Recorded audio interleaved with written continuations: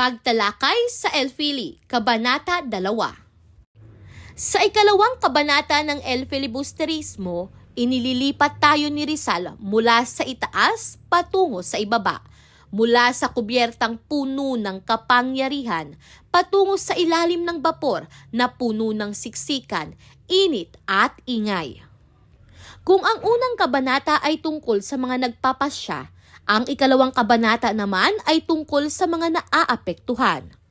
Iisa ang sasakyan, magkaiba ang karanasan. Ang tagpuan ay sa ilalim ng kubyerta, masikip, mainit, maingay.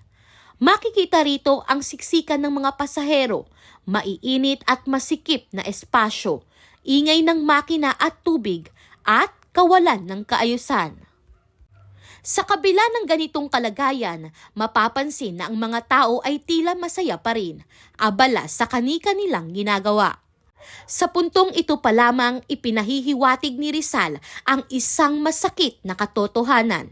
Nasasanay ang tao sa kahirapan kapag matagal itong nararanasan. Muli nating balikan ang daloy ng pangyayari. Sa gitna ng ingay at siksikan, nag-uusap sina Basilio, Isagani at Kapitan Basilio, tatlong mukha ng Pilipino. Napag-usapan ang pag-aaral ni Basilio sa medisina at ang planong akademya ng wikang Kastila, isang pangarap na may layuning magpalaya ng isip. Lumilitaw sa usapan na maraming plano at maraming pangako, ngunit paulit-ulit na nauudlot dahil sa pahintulot ng kapangyarihan, lalo na ng mga prayle. Dito malinaw na ipinakikita ni Rizal na ang edukasyon ay hindi pinipigilan ng kakulangan sa kakayahan, kundi ng sistemang ayaw magpalaya ng isipan. Isa-isahin natin ang mga tauhan bilang larawan ng lipunan. Una ay si Basilio. Si Basilio ay kumakatawan sa kabataang intelektual. Sagisag ng kaalaman ngunit limitado ang kapangyarihan. Umaasa sa sistemang ayaw siyang paunlarin. Ang pangalawa ay si Isagani, kumakatawan sa idealismo at damdamin. Mabilis uminit ang ulo kapag may kawalang katarungan at may malasakit ngunit kulang sa kapangyarihang politikal. Sunod ay si Kapitan Basilio. Si Kapitan Basilio ay larawan ng praktikal na ilustrado. Mulat sa problema, ngunit sanay na sa kabagalan ng sistema. Sa kanilang usapan, makikita ang tunggalian ng pag-asa, galit at pagtitimpi ng kabataang Pilipino.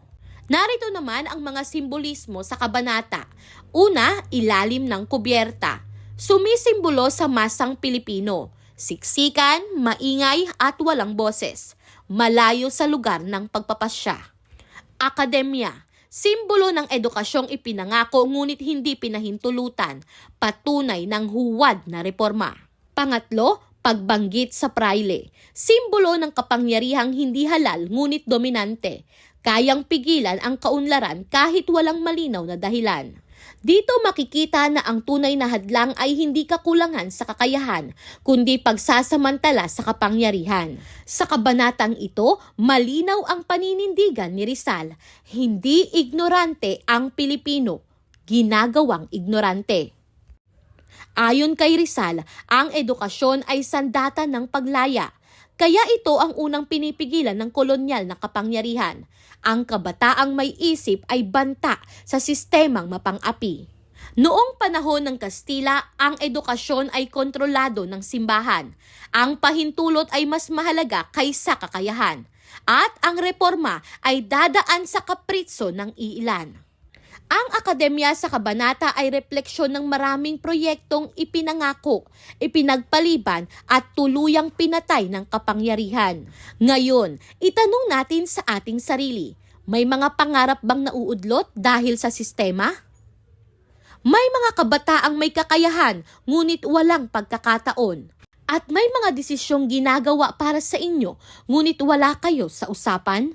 Kapag ang sagot ay oo, hindi pa tapos ang laban na sinimulan ni Rizal. Sa ilalim ng kubyerta ay paalala ni Rizal na ang tunay na kalagayan ng lipunan ay hindi makikita sa itaas, kundi sa ibaba.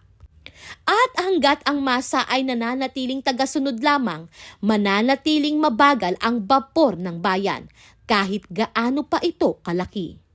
Ngayon, tanungin mo ang iyong sarili. Kung malinaw na ang tanong at ramdam na ang bigat, mananatili ka bang pasahero sa ilalim ng kubyerta o hahawak ka na sa timon ng sariling isip?